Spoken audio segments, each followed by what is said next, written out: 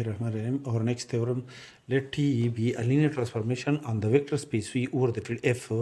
If T is invertible, then the inverse mapping T inverse defined as T inverse of Y is equal to X naught, where T of X naught is equal to Y. For X naught, Y naught is an element of the vector space V.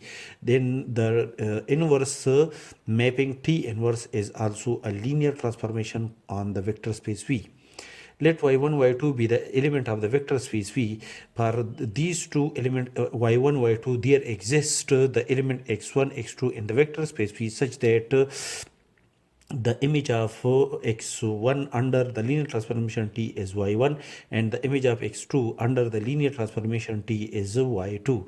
And according to the above hypothesis, x1 is equal to T x naught is equal to y naught implies that T inverse y naught is equal to x naught. Therefore, x1 is equal to T inverse y1 and x2 is equal to T inverse y2 according to the above hypothesis. And for any two scalar alpha beta, alpha x1 plus beta x2 also an element of the vector space V over the field F, because x1 and x2 are the element of the vector space V over the field F, and the image of alpha x1 plus beta x2 under T is equal to T is a linear transformation is equal to alpha T x1 plus beta T x2.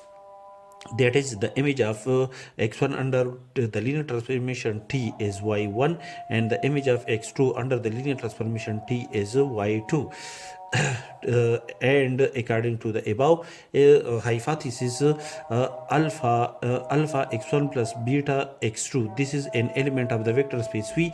Therefore, alpha x1 plus beta x2 is equal to T inverse alpha y1 plus beta y2 according to the above hypothesis. And x1 is equal to T inverse y1 and x2 is equal to T inverse y2. Therefore, alpha T inverse y1 plus beta T inverse y2 is equal to T inverse alpha y1 plus beta y2. That is, T inverse also satisfy the condition of linear transformation. Therefore, T inverse is also a linear transformation on the vector space V over the field F.